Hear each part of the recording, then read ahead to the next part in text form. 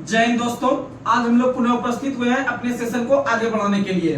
तो आज देख रहे हैं कि आज आप लोगों के बीच आपको जो है कि एक भारत सरकार के द्वारा जो है कि जो प्रतिवर्ष वैकेंसी निकाली जाती है आपका CHSL का, वह वैकेंसी आपका जो है कि आज से जो है कि आपका ऑनलाइन होना शुरू हो गया है और आज से ऑनलाइन होकर लगभग आपका 8 मई तक ऑनलाइन होगा।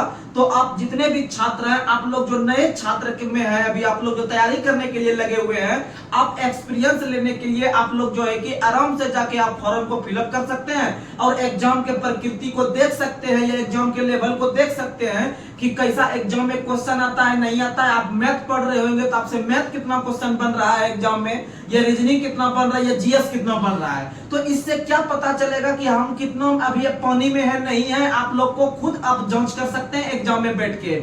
और जितने भी छात्र तैयारी कर रहे हैं अभी बिहार SSC का, तो हम लोग लूसेंट सीरीज में से एक एक टॉपिक हम लोग देना शुरू कर दिए हैं। तो आज हम लोग लूसेंट टॉपिक को भी देखने का प्रयास करेंगे। बस आप सिर्फ अपने आप को रेगुलर कर दीजिए और देखिएगा एग्जाम में क्वेश्चन कैसे टच आता है। बस इसी सेशन बात से हम लोग जो है कि अपने सेशन को शुरुआत करते हैं। और आप लोग को एक बात बता दें, आप जितने भी छात्र हैं, आप बस पॉजिटिव होकर अपने तैयारी को मजबूती प्रदान कीजिए। आपके रिलेशन में क्या है नहीं है, या फिर आपके दोस्त का बात आपको एक भी नहीं रखना है। जो आप डिसीजन ले सकते हैं आप खुद डिसीजन लीजिए। दूसरे के बात पे कहीं कोई नहीं रहना, आपको रहना है। दूसरा अगर देखिएगा तो 100 में 99% आदमी सब निगेटिव करने वाला रहता है और देखिएगा कि वो जो है तैयारी करते रह जाएगा और आपका जॉब लग जाएगा। बस आप मेरे ऊपर भरोसा कीजिए, आपको जरूर जो है कि अंतिम मुकाम तक लेके जाएंगे।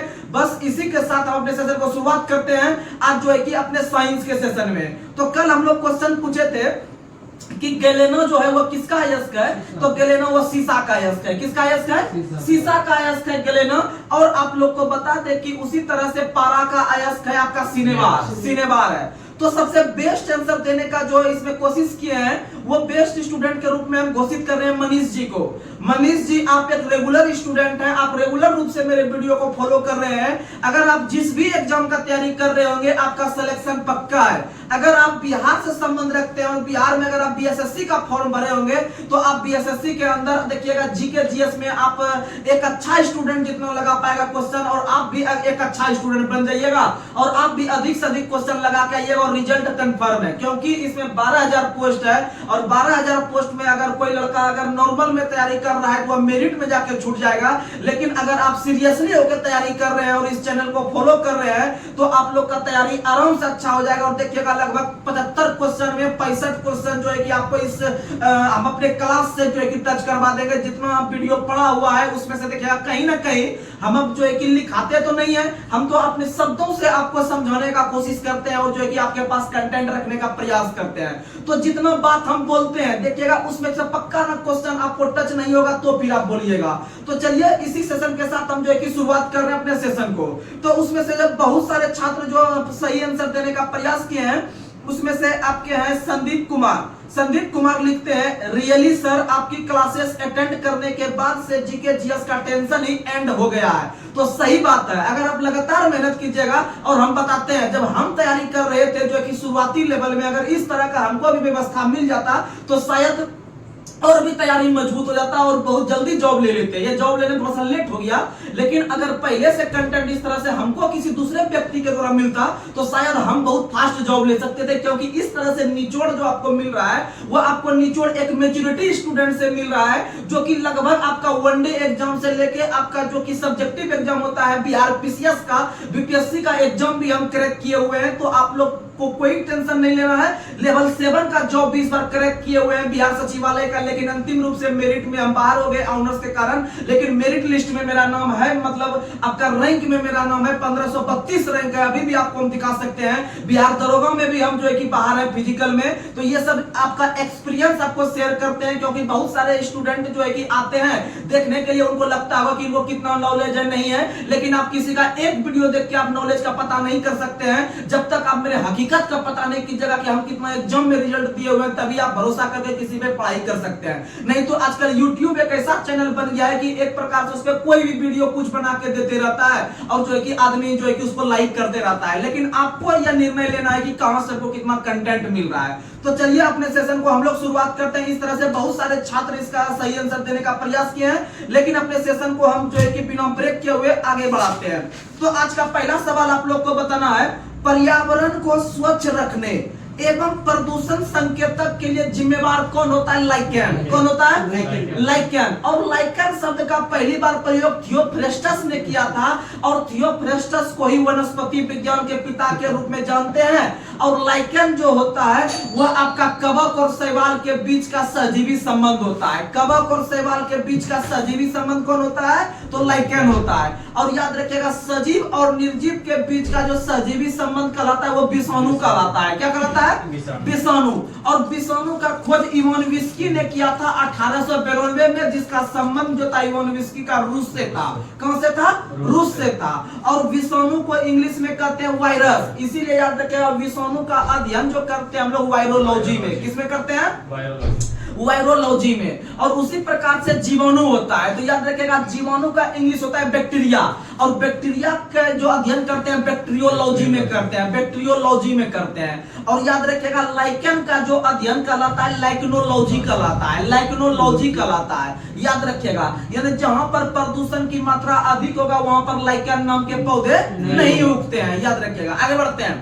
अगला क्वेश्चन आप लोग को बताना है कि मीथेन का अणुसूत्र क्या होता है? CH4। मीथेन का अणुसूत्र होता है CH4।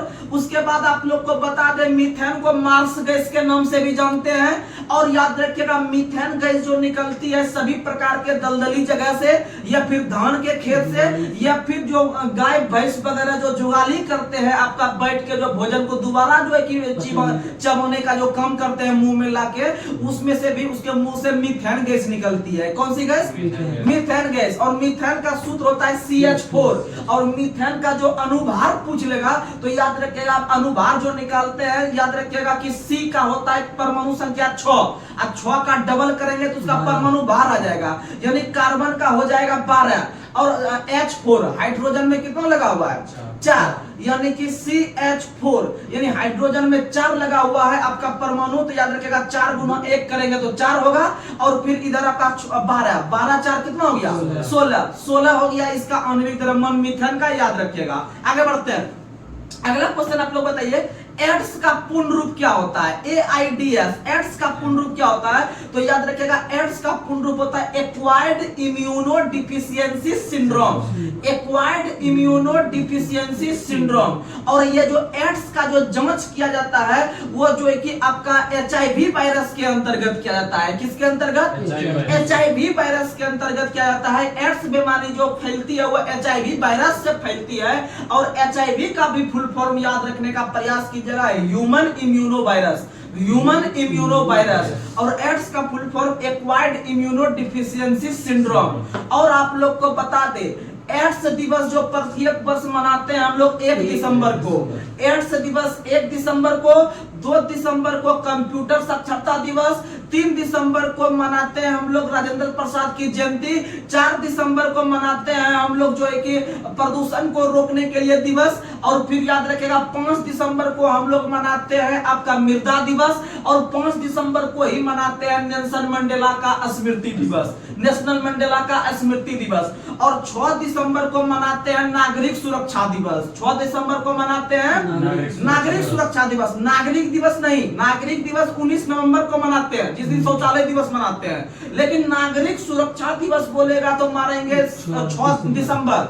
और 7 दिसंबर को हम लोग जो मनाते हैं वह कौन सा दिवस मनाते हैं? तो आप लोग को बता दें, 7 दिसंबर को हम लोग झंडा दिवस मनाते हैं। क्या मनाते हैं? झंडा दिवस मनाते हैं। वहीं पर आप लोग को और मुख्य बता देते हैं दिसंबर में, जैसे 10 दिसंबर को मानवाधिकार दिवस, 10 दिसंबर को मानवाधिकार दिवस। और 11 दिसंबर को 3 मुख्य दिवस मनाते हैं, पर्वत दिवस, विश्व बालकोष दिवस और अस्थमा दिवस। ये 3 दिवस मनाते हैं 11 दिसंबर को। और याद रखिएगा, आप लोग को बता दें 15 दिसंबर को हम लोग मनाते हैं विश्व चाय दिवस। 15 दिसंबर को मनाते हैं विश्व चाय दिवस। और याद रखिएगा चाय में थीन नाम का उत्तेजक पदार्थ पाया जाता है। और याद रखिएगा कि भारत के अंदर में चाय का सबसे अधिक उत्पादन असम करती है और चाय को हरा सोना के नाम से भी जानते हैं। और चाय के उत्पादन के लिए लेटेराइट मिट्टी उपयुक्त होती है। वहीं पर अगर बात करते हैं हम लोग जो है कि आपका 19 दिसंबर को, तो 19 दिसंबर को हम लोग मनाते हैं गोवा मुक्ति दिवस। गोवा मुक्ति दिवस 19 दिसंबर, क्योंकि 19 दिसंबर को गोवा पुर्तगाली से मुक्त हुआ था 1961 में।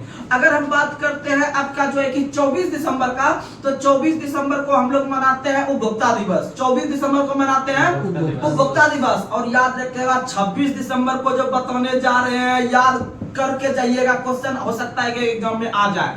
तो 26 दिसंबर को हम लोग मनाते हैं वीर बाल दिवस। 26 दिसंबर को मनाते हैं वीर बाल दिवस, याद रखने का प्रयास कीजिएगा। चलिए अपने पुनः जो है कि साइंस वाले कंटेंट पे आते हैं। देखिए मेरा बहुत इच्छा है कि आपको एक क्वेश्चन से एकदम दिन भर क्वेश्चन हमको बोलने का उतना दम है, लेकिन जो है कि अगर समय का जो है कि अगर प्रबंध नहीं रहता, अगर समय का उतना जो है कि फाउंडेशन नहीं रहता, तो ऐसा चीज संभव था। लेकिन हम संभव ऐसा करेंगे जब आप लोग सपोर्ट करके जब हमें आगे जाके बैठाइएगा ऊपर चैनल पे, तो आपको जो है कि हम मैराथन के रूप में इतना बढ़िया बढ़िया क्लास लाएंगे डिजिटल बोर्ड पे कि जो है ना हमें भी क्षमता है कि हम भी आगे जाके आप लोगों के लिए बहुत कुछ करें। आपके आगे आने वाले जो पीढ़ी है, भाई और बेटा बेटी वगैरह जो है, उनके लिए जो है कि एक रोल मॉडल के रूप में हम काम करेंगे। बस आप मुझे जिस तरह से समर्थन और प्यार कर रहे हैं, बस अपने प्यार में कभी कमी नहीं होने दीजिएगा। चलिए अगला क्वेश्चन आप लोग को बताना है। अगला क्वेश्चन आप लोग बताइए, किस प्रक्रिया द्वारा सतह का पानी, वर्षा का पानी और बर्फ का पिघलकर जमीन के अंदर रिस जाता है? देखिए क्वेश्चन कहने का देखिए सेंस क्या है। जैसे बारिश हुआ तो वो जमीन पे आके पानी रुक गया। वहीं मान लीजिए जमीन पे वो हम बर्फ रख दिए, बर्फ का टुकड़ा जब पिघलेगा तो वो भी पानी के रूप में कन्वर्ट होगा, तो वो भी जमीन की ओर अंदर रिसा होगा। और वहीं पर अगर हम बात करते हैं अगर जितने भी पानी पृथ्वी पर जिस भी माध्यम से आते हैं, उसका जो धीरे धीरे करके जमीन के अंदर जो रिसा होके जो अंदर सोख लिया जाता है पानी को, उस प्रक्रिया को क्या कहते हैं? तो याद रखिएगा इनफिल्ट्रेशन। इन का मतलब इंग्लिश में पढ़ते होंगे में होता है। इन का मतलब में, यानी जमीन में फिल्टर होके पानी अंदर जा रहा है, यानी इनफिल्ट्रेशन। क्या प्रक्रिया कहता है? इनफिल्ट्रेशन। और आप लोग जब स्टूडेंट लाइफ में अभी पढ़ रहे होंगे पटना, भागलपुर, दिल्ली के अंतर्गत या बड़े बड़े शहर में, तो आप लोग देखते होंगे कि वहां पर जो है कि पानी जो आप लोग लाते होंगे दुकान से खरीद के लाते होंगे, उसको आप लोग आरओ वाटर कहते होंगे। आरओ वाटर है 1 रुपया लीटर के हिसाब से बहुत जगह मिलता है। तो क्या होता है याद रखिएगा, पानी को जो शुद्ध करने के जो विधि है वह रिवर्स ऑस्मोसिस प्रक्रिया है। रिवर्स ऑस्मोसिस प्रक्रिया, यानी रिवर्स ऑस्मोसिस को ही हम लोग शॉर्ट में कह देते हैं आरओ वाटर। आर और ओ, आर का मतलब रिवर्स, ओ का मतलब हो गया ऑस्मोसिस। यानी रिवर्स ऑस्मोसिस नाम की एक प्रक्रिया होती है जो कि जल को शुद्ध करते हैं, और उसी के तहत हम लोग जल का सेवन करते हैं। उसी को हम लोग आरओ वाटर के नाम से जानते हैं। और याद रखिएगा जल का जो अनुभाग होता है वह होता है 18, यानी H2O, यानी हाइड्रोजन का 1 गुना 2, ऑक्सीजन का 8 गुना 16, 16 2 18, यानी कि हो गया आपका जो जल का अनुभार 18। वही भारी जल का अनुभार 20 होता है। भारी जल का अनुभार कितना होता है? 20। और आप लोग को बता दे कि 1 ग्राम या फिर 1 भारी जल बनाने में 7000 भाग हम मिलाते हैं शुद्ध जल। 7000 भाग शुद्ध जल को मिला के 1 भाग भारी जल का निर्माण होता है। और याद रखिएगा भारी जल का खोज 1932 ईस्वी में यूरे एवं बास्बर नाम के वैज्ञानिक ने किया था।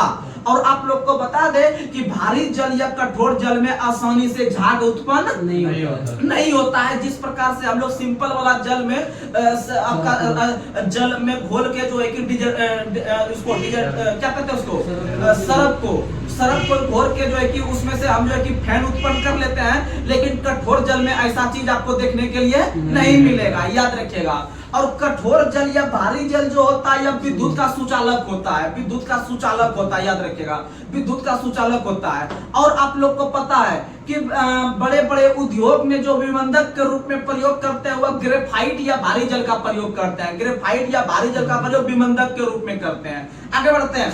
अगला क्वेश्चन आप लोग को बताना है, न्यूलैंड्स ने कौन सा नियम दिया था? न्यूलैंड्स नाम का एक वैज्ञानिक था जिन्होंने कौन सा नियम दिया था?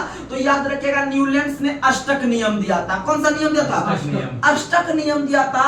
वहीं पर एक और नियम बहुत फेमस है इसी का जगह, याद रखिएगा, त्रिक नियम। कौन सा नियम? त्रिक नियम जो दिया था वो डोब्रेनर ने दिया था। तो डोब्रेनर ने दिया था। त्रिक नियम डोब्रेनर ने दिया है, अष्टक नियम न्यूलैंड्स ने दिया है। अष्टक नियम किसने दिया है?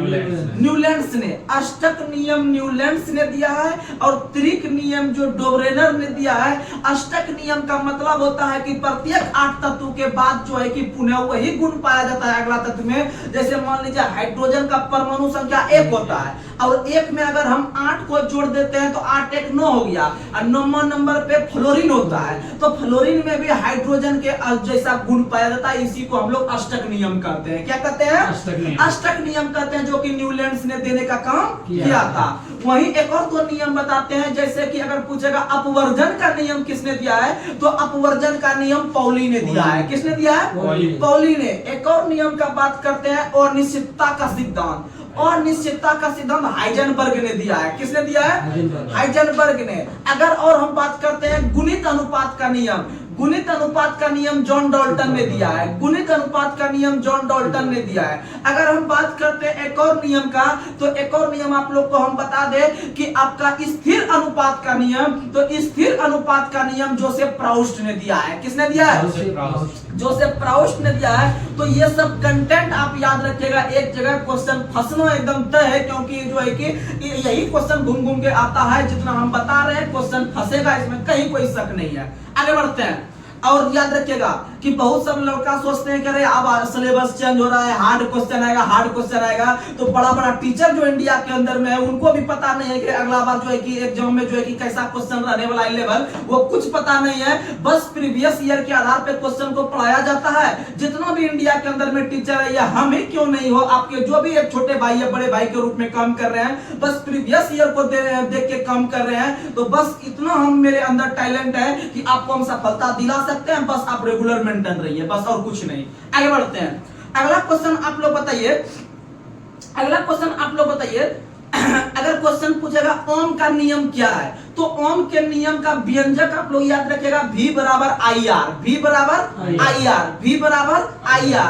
यह जो नियम है यह ओम का नियम कहलाता है। और आप लोग को पता है कि विद्युत प्रतिरोध का मात्रक ओम होता है। विद्युत प्रतिरोध का मात्रक ओम होता है। और ओम का नियम बराबर होता है V बराबर IR। V बराबर IR।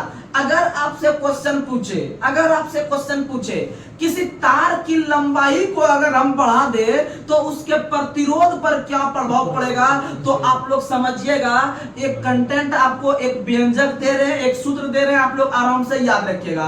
तो एक सूत्र होता है R बराबर rho into L by A. R बराबर rho into L by A, जहां R बराबर प्रतिरोध यानी रेसिस्टेंस हो गया, रो बराबर विशिष्ट प्रतिरोध हो गया, और L बराबर हो गया तार की लंबाई, और बटे में जो नीचे A बोले हैं वो है एक क्रॉस सेक्शनल एरिया, यानी कि अनुप्रस्थ काट का क्षेत्रफल। और अनुप्रस्थ काट का क्षेत्रफल क्या होता है आपको हम शॉर्ट में समझाने का कोशिश कर रहे हैं। जैसे समझिएगा, मान लीजिए यह एक तार है, मान लीजिए यह एक तार है, तो मान लीजिए यह एक तार है, यह 4 इंची का लंबाई है, तो हम बोलेंगे कि तार की लंबाई 4 इंची हो गया। लंबाई समझ में आ गया हमको। लेकिन ये अनुप्रस्थ काट का क्षेत्रफल क्या आया हमको जरा समझाइए तो समझिएगा। ये जो एक प्रकार से यहाँ पर मानिए उसका जो जैसे आप वृत्त देखते हैं, जैसे आप वृत्त देखते हैं, या जैसे आप तार को सट से काट देते हैं, काट के तार को छील के मुंह से उसमें जोड़ते हैं, तो समझिए वो जो आप जोड़ रहे हैं वो अनुप्रस्थ काट के क्षेत्रफल में ही जोड़ रहे हैं। यानी कि आप एक प्रकार से वृत्त के क्षेत्रफल में उसको जोड़ रहे हैं, यानी गोल टाइप का तार है, उसी को काट के आप जो है कि जोड़ते हैं या फिर काटते हैं, तो एक वृत्त की तरह देखते हैं, ऐसे दिखता है, ऐसे दिखता है ना वृत्त की तरह, यानी गोलाकार दिखता है, उसी को अनुप्रस्थ काट का क्षेत्रफल कहा जाता है। और क्षेत्रफल जो होता है वह आपका गोलाकार चीज का निकलता है, यानी वृत्त का भी क्षेत्रफल निकलता है पाई स्क्वायर। तो उसी तरह से जब न्यूमेरिकल आप बनाते होंगे तो अनुप्रस्थ काट के क्षेत्रफल में पाई स्क्वायर का ही सूत्र लगता है निकालने में। तो आप लोग समझिएगा R बराबर रो इंटू एल बाई ए। ए जो है वह आर के विपरीत है, ए जो है वह आर के विपरीत विपरीत है। कहने का मतलब अनुप्रस्थ काट के क्षेत्रफल का मान अगर हम छोटा करते हैं यानी इसकी लंबाई को कम करते हैं तो प्रतिरोध का मान ज्यादा होगा, प्रतिरोध का मान ज्यादा, क्योंकि दोनों एक दूसरे का उल्टा है। यानी अनुप्रस्थ काट के क्षेत्रफल को कम करने पर प्रतिरोध का मान ज्यादा होगा, वहीं प्रतिरोध का मान कम करने पर अनुप्रस्थ काट का क्षेत्रफल का मान ज्यादा होगा, यानी एक दूसरे का विपरीत, एक दूसरे का विपरीत। अब आते हैं हम लोग R बराबर रो और L जो लिखे हैं सीधा में लिखे हुए हैं, सीधा में, यानी कि प्रतिरोध का मान बढ़ेगा तो इधर तार की लंबाई भी बढ़ेगा, यानी तार की लंबाई बढ़ेगा तो प्रतिरोध का भी मान बढ़ेगा। तो अगर क्वेश्चन पूछे कि मान लीजिए ये 4 इंच का तार है, अगर हम इसको बढ़ा के अगर 8 इंच कर दे तो इसका प्रतिरोध का मान क्या होगा, तो याद रखिएगा जितना हम तार की लंबाई बढ़ाएंगे उसी अनुकूल प्रतिरोध का मान भी बढ़ेगा। यानी एक क्वेश्चन याद रखिएगा आप लोग, तार की लंबाई का मान बढ़ाने पर प्रतिरोध का मान भी बढ़ता है, लेकिन अनुप्रस्थ काट के क्षेत्रफल का उल्टा होता है, अनुप्रस्थ काट के क्षेत्रफल का उल्टा होता है। और आप लोग को बता दे विशिष्ट प्रतिरोध को हम लोग रो से सूचित करते हैं, किसे सूचित करते हैं, रो से सूचित करते हैं। और विशिष्ट प्रतिरोध का जो मात्रक होता है वह ओम मीटर होता है, विशिष्ट प्रतिरोध का मात्रक ओम मीटर होता है, लेकिन सिर्फ अगर प्रतिरोध पूछे तो उसका ओम होता है, उसका ओम होता है। आगे बढ़ते हैं, अगला क्वेश्चन आप लोग बताइएगा। अगला क्वेश्चन, व्हाइट और ब्लैक, हम लोग जो फोटो खिंचवाने जाते हैं बोलता है आपका दुकानदार की व्हाइट में खिंचवाना है या ब्लैक में खिंचवाना है, इस तरह बोलता है नहीं बोलता है, तो समझिएगा व्हाइट और ब्लैक फोटोग्राफी में कौन सा विलयन का प्रयोग किया जाता है, सिल्वर ब्रोमाइड। किसका प्रयोग, सिल्वर ब्रोमाइड का प्रयोग फोटोग्राफी में किया जाता है, याद रखने का प्रयास कीजिएगा। अगर क्वेश्चन पूछे सिल्वर आयोडाइड का प्रयोग किसमें किया जाता है, तो कृत्रिम वर्षा करवाने में, कृत्रिम वर्षा करवाने में सिल्वर आयोडाइड का प्रयोग किया जाता है, और सिल्वर ब्रोमाइड का प्रयोग जो है कि व्हाइट और ब्लैक फोटोग्राफी में किया जाता है। और याद रखिएगा फोटोग्राफी में पिक्चर के रूप में, फोटोग्राफी में पिक्चर के रूप में सोडियम थायोसल्फेट का प्रयोग किया जाता है, सोडियम थायोसल्फेट का प्रयोग किया जाता है आपका फोटोग्राफी में पिक्चर के रूप में, यानी पिक्चर का क्वालिटी घटाना बढ़ाना जो रहे वो उसमें सोडियम थायोसल्फेट का प्रयोग किया जाता है। लेकिन सिंपल अगर बोले फोटोग्राफी में किसका प्रयोग, तो याद रखिएगा वो सिल्वर ब्रोमाइड का, सिल्वर ब्रोमाइड। और सिल्वर ब्रोमाइड का सूत्र भी एग्जाम में पूछता है, सिल्वर यानी चांदी, चांदी का सूत्र होता है एजी, एजी होता है चांदी, एजी, एयू हो गया सोना, तो एजी से हो गया सिल्वर। अब ब्रोमाइड का याद रखिएगा बीआर, ब्रोमाइड का बीआर, यानी AgBr silver bromide, AgBr silver bromide, ये सब क्वेश्चन याद रखिएगा। और कृत्रिम वर्षा कराने में सिल्वर आयोडाइड। अगर हम वर्षा का बात करते हैं तो वर्षा को मापने वाला यंत्र का नाम है रेनगेज, रेनगेज नाम है, रेनगेज। लेकिन वर्षा होने से पहले जो है कि बादल ने अपना माहौल बनाता है पूरा आसमान में, तो याद रखिएगा बादल की गति एवं दिशा को मापने वाला यंत्र का नाम है नेफोस्कोप। क्या नाम है, नेफोस्कोप। और उस बीच में हवा भी पूरा मस्ती करता है, इधर से उधर करता है, तो हवा की गति और दिशा को मापने वाला यंत्र का नाम है एनीमोमीटर। क्या नाम है, एनीमोमीटर। 3 क्वेश्चन बताए। अगर पूछे वर्षा को मापने वाला यंत्र का नाम तो रेनगेज, अगर पूछे बादलों की दिशा एवं गति को, हम लोग देखते हैं कि घर के ऊपर में देखते हैं यहाँ पर मेघ रहता है या बादल रहता है, कुछ देर के बाद हवा आता है उसको जो है कि उड़ा के ले चला जाता है पश्चिम दिशा में। तो हम वैज्ञानिक लोग जो दिमाग लगाते हैं कि बादल की दिशा पश्चिम की ओर चल गई और किस गति से गई, तो ये सब याद मापने वाला यंत्र का नाम है नेफोस्कोप। क्या नाम है, नेफोस्कोप। और किस गति से हवा लेके गई, यानी हवा की जो गति को मापने वाला यंत्र का नाम है एनीमोमीटर, एनीमोमीटर। याद रखिएगा, बहुत मस्त क्वेश्चन है।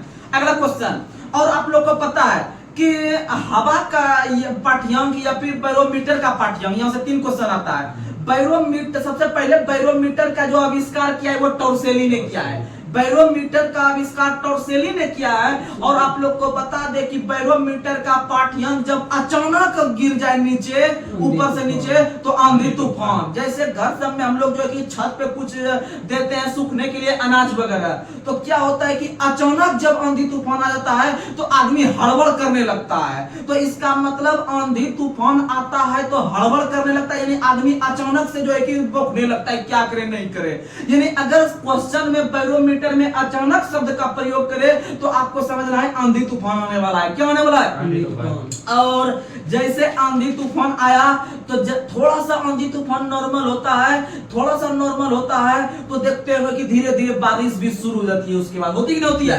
यानी अचानक शब्द का प्रयोग करेगा तो मारेंगे आंधी तूफान, लेकिन वही बैरोमीटर का पाठ्यांक जब धीरे धीरे नीचे गिरेगा तो धीरे धीरे माहौल बना के बारिश होती है झिमझिम से। तो ये सब चीज याद रखेगा। जब आंधी तूफान आ गया अचानक से, धीरे धीरे पाठ्यांक नीचे गिरा तो बारिश भी हो गया। ये दोनों चीज देखने के बाद जब 1 घंटा बारिश होता है पूरा ताबड़तोड़, तो उसके बाद जो है कि हम लोग जो है कि पूरा आप सोचते हैं कि अब बारिश खत्म हो जाए, भगवान खत्म कर दीजिए, अब हम लोग को मार्केट भी जाना है, खेलने भी जाना है, कोचिंग भी जाना है। तो क्या होता है कि धीरे धीरे हम लोग मौसम पाठ्यांक को ऊपर चढ़ाते हैं, यानी कि नीचे से जब ऊपर चढ़ेंगे तो इसका मतलब मौसम साफ होगा, मौसम साफ होगा। ये 3 चीज याद रखेगा। यानी ऊपर से नीचे गिरता है तो मौसम का घटना घटता है, यानी ऊपर से नीचे गिरेगा तो आंधी तूफान अचानक में, लेकिन धीरे धीरे गिरेगा तो बारिश, लेकिन नीचे से ऊपर चढ़ेगा तो मौसम साफ होगा, मौसम साफ होगा। और यहाँ पर हमको एक शब्द देखने के लिए मिला मौसम, इसको भी थोड़ा सा हम जो है कि आपके पास पोस्टमार्टम कर देते हैं। तो याद रखिएगा मौ से मौसम, मौसम का जो अध्ययन करते हैं, मौ से मौसम, मौ से आंसर आता है, मौ से मौसम, मौ से मीटरियोलॉजी, मौसम का अध्ययन मीटरियोलॉजी, मौसम का अध्ययन मीटरियोलॉजी में करते हैं। याद रखने का प्रयास कीजिएगा। आगे बढ़ते हैं और याद रखिएगा बहुत जगह जब आप बैठिएगा 10 गो आदमी के बीच में, बड़ा बड़ा आदमी के बीच में, तो एक क्वेश्चन उठता है मौसम और जलवायु में क्या अंतर है। मौसम और जलवायु, तो आप लोग को बता दे, जलवायु जो होता है वह जो है कि लंबे समय तक रहता है। जैसे अभी गर्मी का मौसम चल रहा है तो समझिएगा ये गर्मी का मौसम 1 महीना नहीं रहता है, कम से कम 4, 5, 6 महीना रहता है। तो इसका मतलब 6 महीना तक या लंबे समय तक जब एक समान मौसम चल रहा होता है तो उसको जलवायु कहते हैं। क्या कहते हैं? जलवायु। और 2, 4, 5, 10 घंटा के लिए जो आपका माहौल चेंज होता है पूरे पृथ्वी का या आसमान का, तो उसको मौसम कहते हैं। क्या कहते हैं? यानी मौसम कुछ थोड़े समय के लिए होता है और जलवायु लंबे समय के लिए होता है। तो इसी के आधार पर आप लोग एक गाना का नाम सुने होंगे, गाना सुनते होंगे कि मौसम के तरह तुम भी बदलना जाओगे, ये जाना। तो इसका मतलब मौसम जो है कि देखते देखते रंग बदल लेता है, गिरगिट के तरह रंग बदल लेता है। तो और जलवायु जो है कि गिरगिट के तरह रंग नहीं बदलता है। जलवायु लंबे समय तक और मौसम थोड़े समय तक। यानी जैसे अभी बारिश आया, बारिश आने के बाद मौसम चेंज हो गया, बस थोड़ा देर के बाद देखते होंगे कि फिर से धूप निकल गया। यानी जो पहले चल रहा था गर्मी का मौसम फिर से गर्मी दिखाना जो है कि कोशिश कर रहा है। तो ये सब चीज याद रखने का प्रयास कीजिएगा। और आप लोग को बता दे कि आप लोग अपने तैयारी को मजबूत करके बस एक अच्छा ऐसा जॉब ले लीजिए, क्योंकि अगर जॉब नहीं लीजिएगा तो ये समाज जो है कि बहुत ही आपका दूसरे नजर से देखता है, आपको इज्जत नहीं देगा समाज में। ये सब चीज होता है। और जो भी जहां है आप अच्छा से तैयारी कीजिए और अपने माँ पिता और अपने भाई बहन और जो भी दादा दादी है, बस अपने परिवार का नाम रोशन कीजिए। दुनिया में कोई किसी का नहीं होता है, हकीकत यही है। चलिए आगे बढ़ते हैं। अगला क्वेश्चन आप लोग बताइएगा। अगला क्वेश्चन आप लोग बताइए, किसी वस्तु का प्रतिबिंब रेटिना पर नेत्र लेंस द्वारा प्रकाश किरणों के किसके कारण बनता है? अपवर्तन के कारण। किसके कारण? अपवर्तन के कारण ही रेटिना पर नेत्र लेंस पर जो है कि आपका वस्तु का प्रतिबिंब बनता है, नहीं तो नहीं बनेगा। याद रखिएगा अपवर्तन के कारण रेटिना पर प्रतिबिंब बनता है। और आप लोग को बता दे कि जैसे आप लोग धूप में जाते होंगे, जो है कि बहुत एकदम पूरा तगड़ा धूप है, उस बीच में आप जाते होंगे धूप में, धूप में कुछ देर काम करने के बाद तुरंत आप घर आते होंगे तो देखते होंगे कि आपका आंख जो है कि साफ साफ घर में नहीं दिखता होगा, साफ साफ नहीं दिखता होगा। वहीं 2-3 मिनट जब रुकते होंगे घर में तो अपने आप सब चीज क्लियर हो जाता होगा। तो याद रखिएगा ये सब जो ऐसा चीज होता है वह सिलियरी मांसपेशियों के कारण होता है। किसके कारण होता है? यानी सिलियरी मांसपेशियों कहने का मतलब आइरिस या परितारिका। आइरिस या परितारिका मान लीजिए एक प्रकार से छोटा ऐसा चीज होता है, जब यह धूप में जाता है, जब यह धूप में जाता है यह छोटा हो जाता है सिकुड़ के, छोटा हो जाता है सिकुड़ के। वहीं जब यह ठंडा स्थान में आता है तो धीरे धीरे इसको जो फैलने में समय लगता है ना, बस उसी समय को फैलने तक में जो है कि उसको धुंधला दिखाई पड़ता है। जैसे आप लोग धूप में जाते होंगे तो आपके दादाजी या दादी जी जो थोड़ा सा एज वाले हो गए होंगे तो वह धूप में ऐसे करके देखते होंगे, यानी कि यहाँ से छांव लगा के देखते होंगे, यानी छाता लगा के देखते होंगे, हाथ का ही छाता बना लेते होंगे, ऐसे करके देखते होंगे तब उनको दिखता है दूर में। तो इसका मतलब है कि वह जो परितारिका या आइरिस है उसको छोटा होने से बचा रहा है, क्योंकि धूप ऊपर से अटैक कर रहा है कि वह बड़ा रहे और आसानी से कोई भी चीज दिख जाए। तो ये सब चीज जो होता है परितारिका या आइरिस के कारण होता है। और जब तक वो आके, जब तक वह बड़ा नहीं हो जाता है ठंडा स्थान पे, इसीलिए थोड़ा देर तक धुंधला दिखता है। जब वह बड़ा हो जाता है आसानी से हम लोग चीज अनार में भी देख लेते हैं, मतलब अनार नहीं, मतलब अंधकार में भी देख लेते हैं। अंधार मतलब हम लोग गांव से संबंध रखते हैं इसलिए अनार भी बोल देते हैं, कोई बड़ी बात नहीं है। आगे और आप लोग आंख से संबंधित एक और चीज गौर किए होंगे, जैसे मान लीजिए अगर यह पेज मेरे सामने है, अगर मान लीजिए मेरे पास यह पेज सामने है, हम लोग अगर अनमने ढंग से देखते हैं तो उतना अच्छा से नहीं दिखता है, नहीं दिखता है। अनमने ढंग से देखिएगा अच्छा से नहीं दिखता है क्लियर क्या क्या है। वहीं थोड़ा सा आंख पे आप प्रेशर दीजिएगा, देखिएगा कि सब चीज आपको बारीकी से दिख जाएगा। तो इसका मतलब है कि याद रखिएगा कि अगर कोई चीज हमें नहीं दिख रही है और आंख पे प्रेशर दे दे के हम उस चीज को दिखना चाहते हैं, कि जैसे आप लोग देखते होंगे कि बच्चों में जब आप घर में पढ़ रहे होंगे तो घर में पढ़ने के दौरान पढ़ने के दौरान जो है कि घर में पढ़ने के दौरान जो है कि आपको कभी कभी शाम के समय में जो है कि मारपीट भी लग जाता होगा। आप इधर उधर खेलने चल जाते होंगे, एग्जाम नजदीक में होगा तो आपको मारपीट भी लग जाता होगा। तब आप क्या करते होंगे कि सामों में एकदम बैठ के पढ़ रहे होते हैं, सामों में एकदम 4 बजे मान लीजिए खेलने का समय रहता है अब बच्चा लोग का, और 4 बजे आपको मार लगा और उस दिन आप खेलने तो जा नहीं सकते हैं क्योंकि उसी दिन पहले ही आपको एक्शन ले लिया गया है होम मिनिस्टर के द्वारा। तो इसका मतलब है उस दिन आप खेलने के लिए नहीं जाते होंगे। 4 बजे मार लगा, आप खेलना बंद कर दिए और आप किताब कॉपी लेके बैठ गए कि हम बड़का पढ़ंतु बन गए। अब क्या करते होंगे कि 4 बजे से 5 बजा दिए पढ़ते पढ़ते, 5 से 6 बजा दिए, दिमाग में भी लोड ले रहा है फिर भी ऐसे देख रहे हैं। उसके बाद 6 जब बज गया, जब शाम का माहौल होने लगता है तो देखते होंगे कि हम लोग बचपन में जो है कि हम लोग लालटेन में भी पढ़े हैं, हम लोग लालटेन में भी पढ़े हुए हैं। लालटेन जो रहता है हम लोग लालटेन को बिना जलाए या बिना कोई लाइट का व्यवस्था किए हम लोग जो है जहां पर हमको मार लगता है, जो मार का प्लॉट स्थान रहता है, जो केंद्र बिंदु रहता है, वहीं पर हम लोग जो है कि पढ़ते पढ़ते 2-3 घंटा लगा देते हैं। और जो है कि हम लोग क्या करते हैं कि शाम में हमको नहीं भी दिख रहा होता है फिर भी हम आंख पे जोड़ देके जो है कि पढ़ते रहते हैं। और जो उधर से घर में बोलबो करता है मम्मी और पिताजी की जो है कि अब जला लो लाइट, नहीं तो फिर से लगेगा तुमको, नहीं तो जला के बैठो पढ़ने के लिए। तो इसका मतलब आप जो अपनी आंख पे प्रेशर देके, आप जो अपनी आंख पे प्रेशर देके और अंधकार हो जाए फिर भी आप उसे टकरा के उसको पढ़ना चाहते हैं, तो उसी को हम लोग समंजन क्षमता कहते हैं। क्या कहते हैं? यानी कि याद रखिएगा अपनी आंखों के द्वारा प्रेशर को बढ़ा के किसी शब्द को पढ़ना या किसी चीज को देखना, वो समंजन क्षमता कहलाता है। क्या कहलाता है? समंजन क्षमता कहलाता है। ये सब क्वेश्चन याद रखिएगा। और आप लोग को पता है हमारे आंख के जो डॉक्टर कहलाते हैं ऑप्थेल्मोलॉजिस्ट कहलाते हैं। क्या कहलाते हैं? ऑप्थेल्मोलॉजिस्ट कहलाते हैं। अगर हम बात करते हैं कि आंख के अंदर में मुख्यतः 4 प्रकार के रोग होते हैं। एक निकट दृष्टि दोष, एक दूरदृष्टि दोष, एक जरा दूरदर्शिता, एक अबिंदुकता। ये चारों के लिए हम एक ट्रिक देते हैं बार बार, नोहर्सिका और नी, नोहर्सिका और नी, दोएका उ देऊ, जो बुआ का जबा, ओ बुए का अबे, यानी निह देऊ जबा अबे, निह देऊ जबा अबे, निह देऊ जबा अबे। और नी से बनाइएगा, नी से निकट दृष्टि दोष, और नी के साथ ओ लगाए हैं, यानी कि निकट दृष्टि दोष को अवतल लेंस के द्वारा दूर करते हैं। और देऊ, देऊ यानी कि दूर दृष्टि दोष को उत्तल लेंस के द्वारा। और जो बुआ का जबा, जबा में जो से बनाइएगा जरा दूरदर्शिता को, बोआकेस बनाइएगा बाइफोकल लेंस। ठीक है, बाइफोकल लेंस। इसी को हम लोग कहते हैं द्विफोक्सी लेंस। और याद रखिएगा लास्ट में बोल रहे हैं अबे, ओ बोए का अबे, यानी ओ से ओ बिंदुकता, बोएके से बेलनाकार लेंस, बोएके से बेलनाकार लेंस, ये सब क्वेश्चन याद रखिएगा। और आंख में और सारा बीमारी होता है जैसे रतौंधी, रतौंधी बीमारी विटामिन ए की कमी से होता है, और विटामिन ए की कमी से रतौंधी के साथ साथ जीरोप्थेल्मिया बीमारी भी होती है, जीरोप्थेल्मिया बीमारी होती है। और आंख में और सारा बीमारी होता है जैसे ग्लूकोमा हो गया, ट्रेकोमा हो गया, ये सब भी आंख को ही प्रभावित करता है। और ट्रेकोमा नाम की बीमारी जो होता है उसका हिंदी में नाम होता है रोहा। क्या होता है?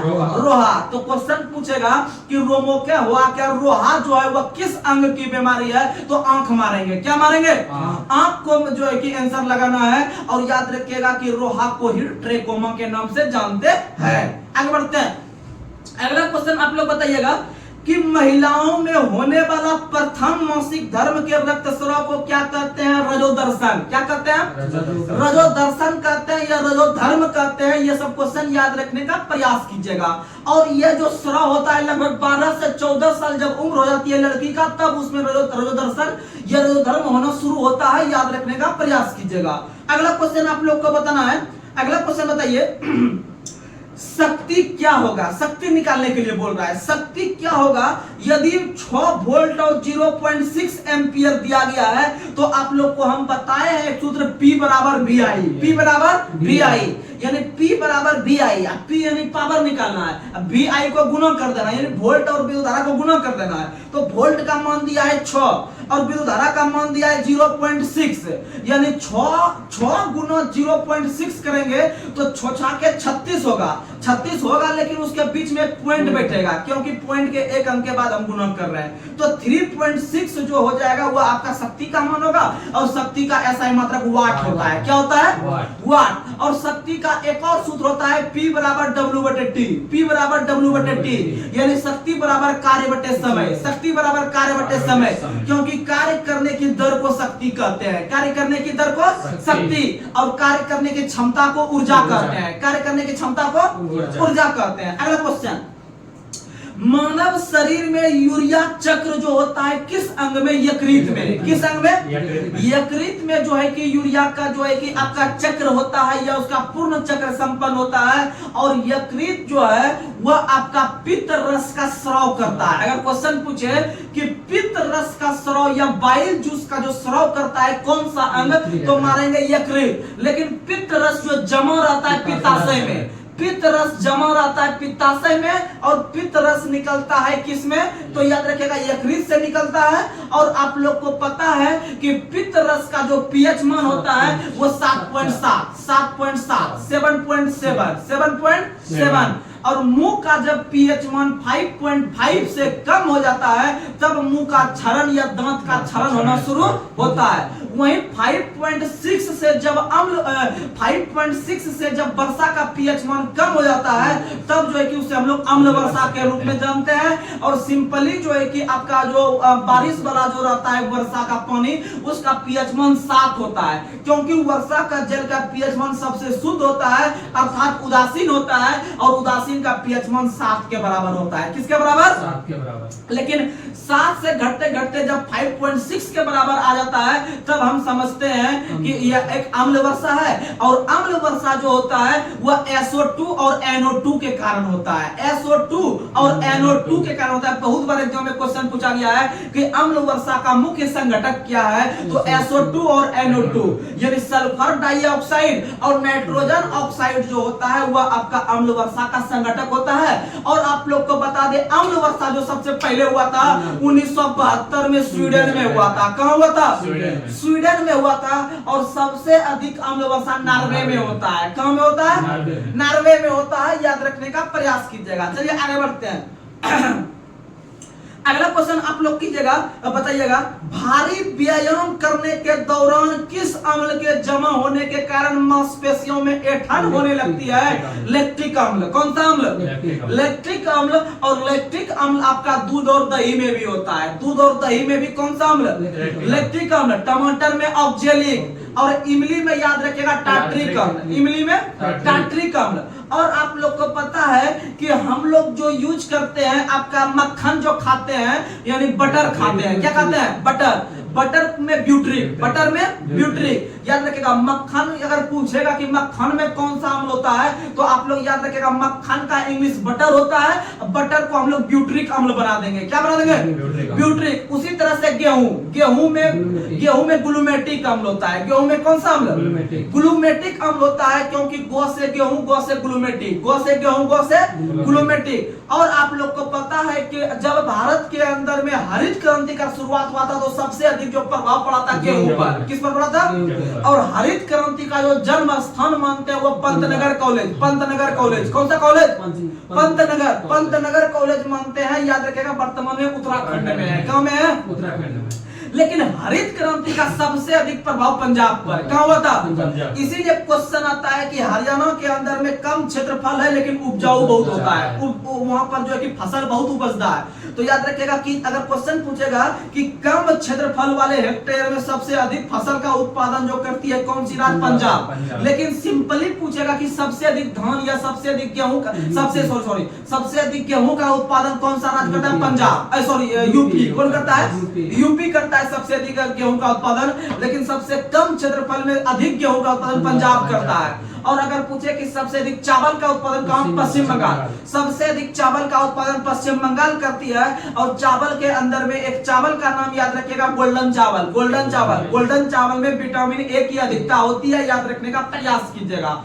और हाल ही में बिहार के अंदर में मरचा चावल को जीआई टैग दिया गया है। मरचा चावल को जीआई टैग दिया गया है बिहार के अंदर में जर्दालू आम को भी जीआई टैग दिया गया है। बिहार के अंदर में मुजफ्फरपुर के लीची को भी जीआई टैग दिया गया है। बिहार के अंदर में नालंदा के सिलौक नाम के खजा को भी जीआई टैग दिया गया है। सिलौ नाम के खजा को भी जीआई टैग दिया गया है, याद रखने का प्रयास कीजिएगा। आगे बढ़ते हैं। अगला क्वेश्चन आप लोग को बताना है, लार में कौन सा एंजाइम पाया जाता है? टाइलिन। लार में टाइलिन नाम का एंजाइम पाया जाता है। और इसी टाइलिन के कारण हम लोग जितना भी चीज खाते हैं मुंह में मीठापन लगता है, याद रखिएगा। और कार्बोहाइड्रेट या ग्लूकोज का पाचन हमारे मुख से ही शुरू हो जाता है।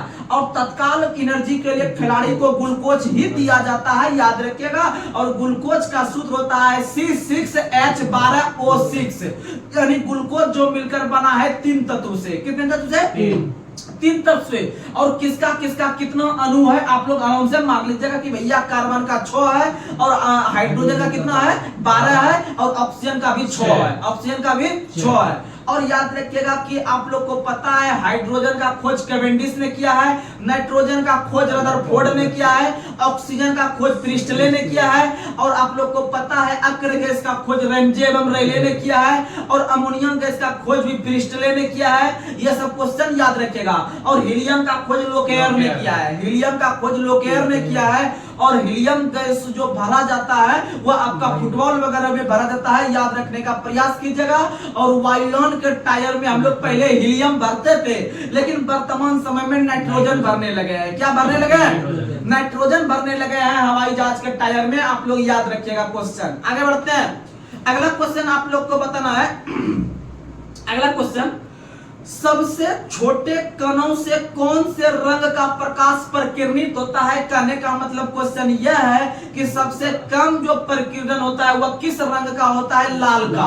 सबसे कम प्रकीर्णन किसका होता है? लाल का। और सबसे अधिक प्रकीर्णन बैगनी का। सबसे अधिक प्रकीर्णन बैगनी का, क्योंकि जिसका तरंगदैर्घ्य अधिक होता है उसका प्रकीर्णन कम होता है, और जिसका प्रकीर्णन अधिक होता है उसका तरंगदैर्घ्य कम होता है। ये सब चीज याद रखिएगा। और तरंगदैर्घ्य का एसआई मात्रक एंगस्ट्रम होता है। और एंगस्ट्रम को या तरंगदैर्घ्य को सामान्यतः हम लोग मीटर में मापते हैं। किसमें मापते हैं? मीटर में। और 1 एंगस्ट्रम का मान होता है 10⁻⁻10 मीटर। याद रखिएगा, ये सब कंटेंट आएगा। अगला क्वेश्चन, अगर आपसे क्वेश्चन पूछे आवृत्ति का मात्रक क्या होता है, तो आवृत्ति का मात्रक हर्ट्ज होता है या हर्ट्ज होता है, आप लोग याद रखिएगा। और आप लोग को पता है कि तरंग की चाल बराबर सूत्र होता है आपका n लैम्डा, यानी आवृत्ति गुना तरंगदैर्घ्य। आवृत्ति गुना तरंगदैर्घ्य। तरंग की चाल। क्वेश्चन दे देगा आपको न्यूमेरिकल टाइप में कि किसी तरंग की चाल ज्ञात करे जिसके आवृत्ति का मान 10 है और तरंगदैर्घ्य का मान 20 है, तो 60 से दोनों को गुणा करके आप आंसर मार दीजिएगा तरंग की चाल। या किसी में क्वेश्चन में तरंग का चाल ही दे देगा और एक आवृत्ति दे देगा, पूछेगा आवर्तकाल, अगर पूछेगा आपको तरंगदैर्घ्य निकालने के लिए तो आप लोग जो है कि तरंगदैर्घ्य की जगह x मान लीजिएगा, कटा पिटा के आंसर निकाल दीजिएगा, क्योंकि आपको 3 चीज में 2 चीज देगा तभी आंसर किसी भी सवाल का निकल सकता है। आगे बढ़ते हैं, अगला क्वेश्चन आप लोग बताइएगा। अगला क्वेश्चन आप लोग बताइए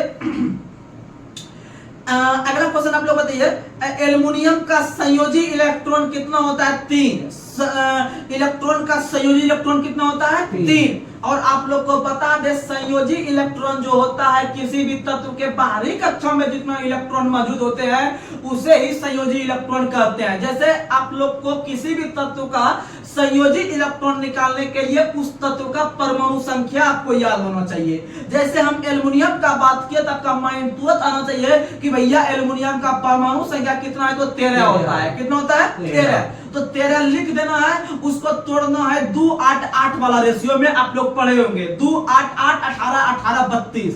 बस इसी के रेशियो में तोड़ के उसके पास पहुंचना है। तो आप लोग तोड़िए, 13 तक हमको पहुंचना है, 2 8 8 वाला रेशियो में पहुंचना है। तो पहला कक्षा में 2 रहेगा, दूसरा कक्षा में 8 रहेगा, लेकिन तीसरा कक्षा में अगर 8 लेंगे तो हम बहुत दूर भाग जाएंगे, हमको जो है कि बहुत कम में से कम है, यानी 2 और 8 10 तक हम पहुंच गए। हमको चाहिए अब कितना? 3। यानी लास्ट कक्षा में कितना रखना पड़ेगा? 3 रखना पड़ेगा। इसीलिए एल्युमिनियम का संयोजी इलेक्ट्रॉन 3 हो गया। कितना हो गया? 3। अगर इसी तरह से अगर सोडियम का बोलेगा कि कितना होता है आपका संयोजी इलेक्ट्रॉन, तो 1 बोलिएगा। कितना बोलिएगा? 1, क्योंकि सोडियम का परमाणु संख्या 11 होता है। तो 11 तक पहुंचने के लिए पहला नंबर में आप 2 नंबर वाला गाड़ी पकड़िएगा, उसके बाद आप 8 नंबर वाला गाड़ी पकड़िएगा, तो समझिएगा हम 10 तक पहुंच गए। अब एक स्टेप बचा हुआ है, तो आप एक स्टेप के लिए पैदल जाके आप 11 तक पहुंच सकते हैं। इसीलिए आपका अंतिम कक्षा में जो रहता है आपका इलेक्ट्रॉन, वही आंसर होता है संयोजी इलेक्ट्रॉन के रूप में, याद रखिएगा। यानी सोडियम का परमाणु सोडियम का संयोजी इलेक्ट्रॉन 1 हो गया। अगर आप देखिएगा मैग्नीशियम का 12 होता है, तो मैग्नीशियम का संयोजी इलेक्ट्रॉन कितना होगा? 2 होगा। और एल्युमिनियम का कितना होगा? 3 होगा। ये सब क्वेश्चन याद रखिएगा। आगे बढ़ते हैं। और जिस जिस तत्व के लास्ट में मोल लगा रहता है वो सभी के सभी अणुचुंबक पदार्थ होते हैं। जैसे एल्युमिनियम हो गया, सोडियम हो गया, मैग्नीशियम हो गया, कैल्शियम हो गया, ये सभी के सभी तत्व के लास्ट में मोह हम देख रहे हैं तो समझेंगे ये अणुचुंबक पदार्थ है। कौन पदार्थ है? अणुचुंबक पदार्थ है। अगला क्वेश्चन आप लोग बताइए, और आज का लास्ट सवाल आप लोग को बताना है। आप लोग बताइए कि रात्रि के समय जो तारा टिमटिमाते हैं वो प्रकाश के किस नियम पर है? तो प्रकाश के अपवर्तन, प्रकाश के। और आंख पर जो प्रतिबिंब बनता है वह भी अपवर्तन, वह भी किसके कारण? अपवर्तन के कारण। और आप लोग को पता है कि सूर्य का ललिमा दिखना जो होता है सूर्यास्त के समय और सूर्योदय के समय, जो सूर्य का लाल रंग दिखाई पड़ता है हमको, वह भी प्रकिरणन के कारण। किसके कारण? प्रकिरणन के कारण। तो चलिए आज का लास्ट सवाल आप लोग को बताना है कि अष्टक का नियम किस वैज्ञानिक ने दिया है। केमिस्ट्री का सवाल है, अष्टक का नियम किस वैज्ञानिक ने दिया है? आप लोग इसका जवाब कमेंट बॉक्स में दीजिएगा। आपसे हम विनती करते हैं, आपको हम नम्र निवेदन के रूप में यह करते हैं आपके बड़े भाई होने के नाते, कि आप मेरी बातों में आइए और आप हमारा जितना वीडियो है आप देखने का प्रयास कीजिए। और आप एक दिन यह समय ला देंगे जब आपको ही बोलना पड़ेगा, आपके मुंह से यह बात को हम बोलवा के छोड़ेंगे कि आपके कंटेंट में दम है और क्वेश्चन आया और हम मार के आए और मेरा सिलेक्शन हुआ है। बस क्योंकि अभी हम मेरे पास ज्यादा कुछ बड़ा सिस्टम नहीं है, इसीलिए आप लोग जो है कि आराम से मेरे इस छोटे से चैनल को आप इतना प्यार दे रहे हैं। बस अब इस प्यार को बरकरार रखिए और ज्यादा कुछ नहीं, आप अपने दोस्तों में, आप अपने सहयोगियों में और जितने भी पढ़ने वाले हैं, आप अपने इस भाई के वीडियो को अधिक से अधिक शेयर करने का प्रयास कीजिए, क्योंकि आप लोग के ही कारण हम लोग आगे बढ़ सकते हैं और जो है कि बड़े चैनल पर नजर आ सकते हैं। तो चलिए आज के सेशन को हम यही समाप्त कर रहे हैं। तब तक के लिए जय हिंद, जय भारत।